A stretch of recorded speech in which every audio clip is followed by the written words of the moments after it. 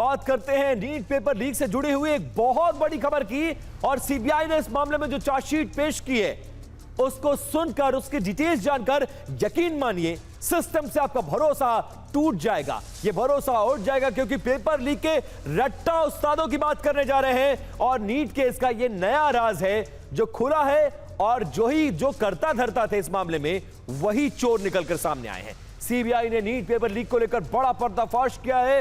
NEET paper leak मामले में CBI ने 94 पेज की चार्जशीट कोर्ट में दाखिल कर दी है। चार्जशीट में सीबीआई की तरफ से कहा गया है कि एनटीए के 3 सब्जेक्ट एक्सपर्ट्स जो पेपर बनाते हैं उन्होंने ही पेपर लीक कर दिया। आप बताइए भरोसा किस पर करें।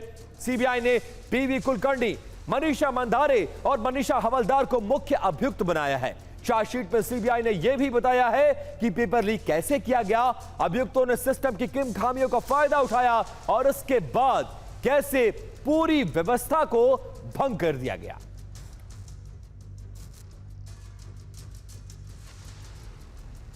अब सीबीआई की चार्जशीट के मुताबिक नीट पेपर लीक के 3 मुख्य गुनहगार हैं, उनके चेहरे, उनकी करतूत और सीबीआई की चार्जशीट की एक-एक मुख्य बातें बिग वॉल पर लेकर आ रहे हैं आपको। देखिए, सबसे पहले वो व्यवस्था देखिए जिस व्यवस्था में ये लोग पेपर देते हैं, वो तस्वीर दिखाएंगे आपको। लेकिन जो 3 मुख्य किरदार हैं जरा उनको पहचानिए और उनकी एक-एक डिटेल्स आपके सामने। ये तीनों चेहरों को पहचान लीजिए, पीवी कुलकर्णी, मनीषा मंधारे और मनीषा हवलदार।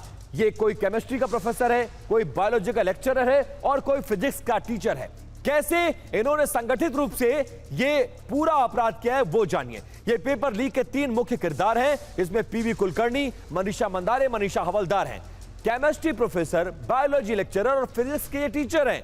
सीबीआई जांच में यह बड़ा पर्दाफाश हुआ है कि इन्हीं 3 शिक्षकों ने नीट का पूरा पेपर सेट किया और तीनों शिक्षकों ने मिलकर पेपर का मराठी में अनुवाद भी किया। अनुवाद के रफ वर्क के लिए जो सादे कागज दिए गए थे, पीवी कुलकर्णी ने उन्हीं कागजों से छोटी छोटी पर्चियां बना ली। जैसा नकल के लिए बच्चे करते हैं वैसे ही अध्यापक कर रहे थे। सोचिए किस पर भरोसा किया जाए।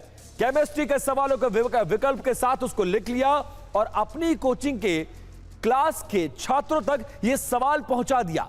पेपर महाराष्ट्र से हरियाणा और उसके बाद राजस्थान तक पहुंचा और संगठित तरीके से नीट का पेपर लीक उन लोगों ने कराया जिन पर पेपर को बनाने की जिम्मेदारी थी।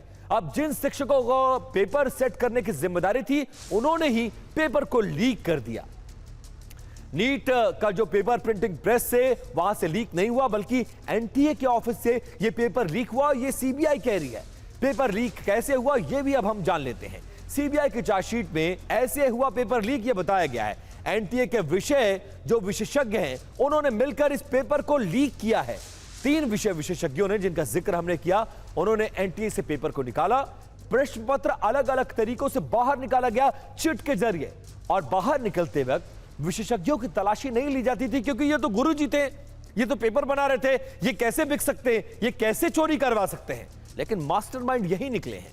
और एक अभियुक्तों ने प्रश्न पर्ची पर लिखकर छिपा दिया, 2 अन्य अभियुक्तों ने सारे प्रश्न को याद कर लिया और होटल लौटकर अपनी कॉपी में प्रश्नों को टिक कर दिया कि ये वाले जो प्रश्न थे वो आएंगे।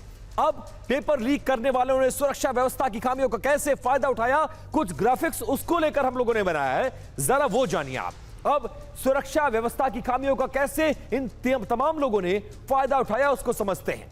एनटीए कार्यालय की पहली मंजिल पर गोपनीय विंग है जहां नीट का पेपर सेट किया जा रहा था। गोपनीय विंग में सीसीटीवी मॉनिटरिंग नहीं होती थी। यह कितना बड़ा लैप्स है।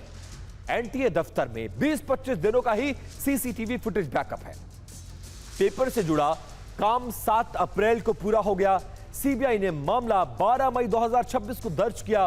संबंधित अवधि का सीसीटीवी फुटेज मिला ही नहीं। यह कितना दुर्भाग्यपूर्ण है। और अब जब ये तमाम मामले सामने आए हैं तो उसके बाद अब छात्रों को इंसाफ मिलने की राह आसान होती नजर आ रही है और इन घटनाओं से सरकार सबक लेती नजर आ रही है।